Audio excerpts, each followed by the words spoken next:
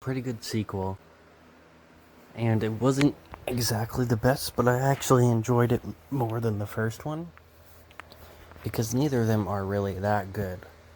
They're older movies, they're really good for their time, the special effects are really good, but besides that, it's not the best. This one revolves around it being like a decade later. They're still killing. Now one of them, the cook, is a successful businessman.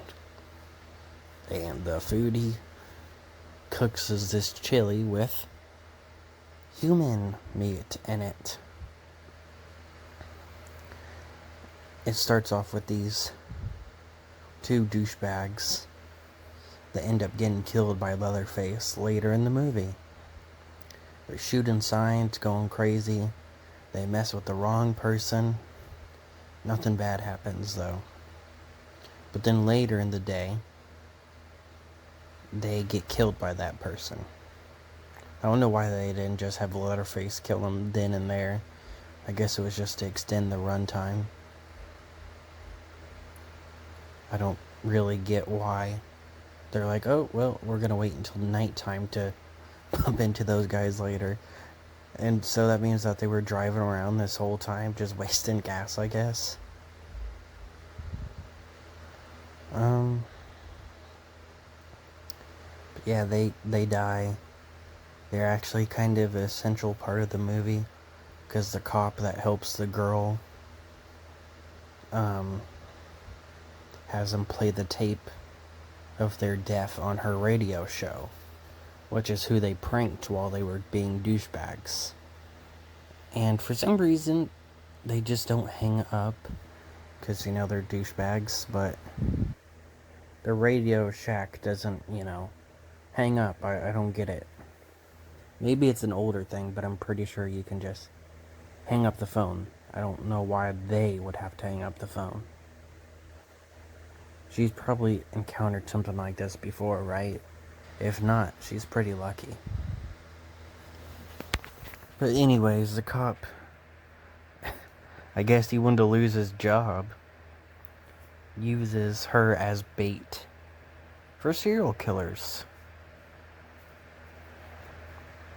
And he doesn't show up on purpose. You think he's late, but no. He was using her as bait, and he later says that. There's not one but two scenes where she confuses him for Leatherface, or, one of the other cannibal killers.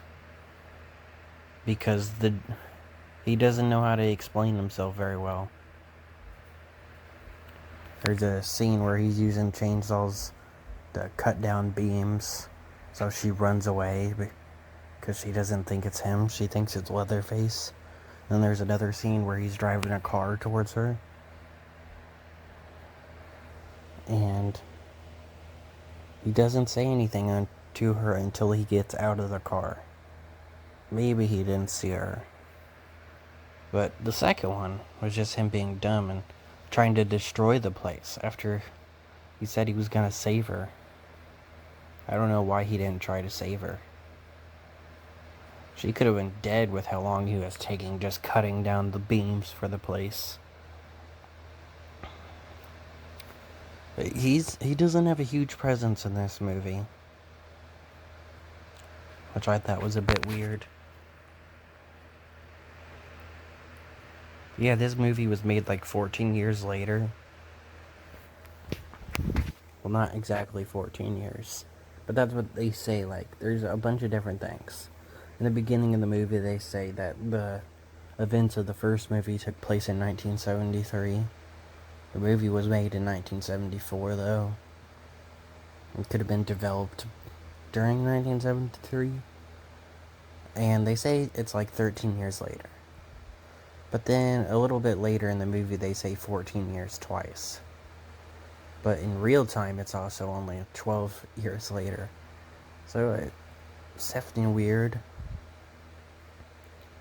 But yeah, she, for whatever reasons, decides to chase the cannibals herself because the cop doesn't show up, because they'll get away. I don't know why. Instead of just calling him asking why he's late or something. But no, she decides to chase the people that could have killed her. And her Radio Shack partner LG gets the absolute shit beat out of him and should be dead, but later in the movie is still alive long enough to save her. He gets his head pounded in with a hammer, like so many times. Then later in the movie, skin ripped off his face because Leatherface made it into a mask that he puts on the girl for a little bit. And he has skin ripped off his body in several places, on his leg, on his chest. But he's able to stay alive long enough to cut her ropes off her that Leatherface put on her and fall to the ground after having like a bit of a corny joke about how he's falling apart. And then that's it for him.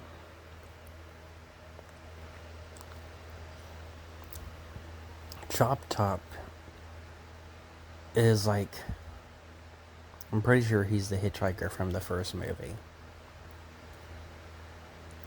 He has the same personality, but he definitely looks way different. He ends up getting killed for, I guess, the second time, because he somehow survived the first movie. I looked it up, but you know, Google isn't always right. And it says he is the person from the first movie. But it's never really confirmed in this movie that he's the same guy. He gets treated the same, he acts the same, but that's about it. And somewhere in the movie they talk about a grandma, because there was the grandpa from the first movie and how she's dead. Then later we do see her.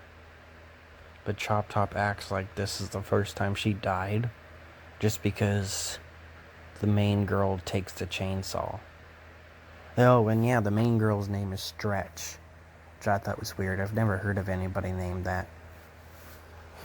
But she was a pretty cool final girl. But, you know, she was also like the only character in the movie besides her radio assistant and the cop. I did like the whole 5 people from the first movie having a bigger cast.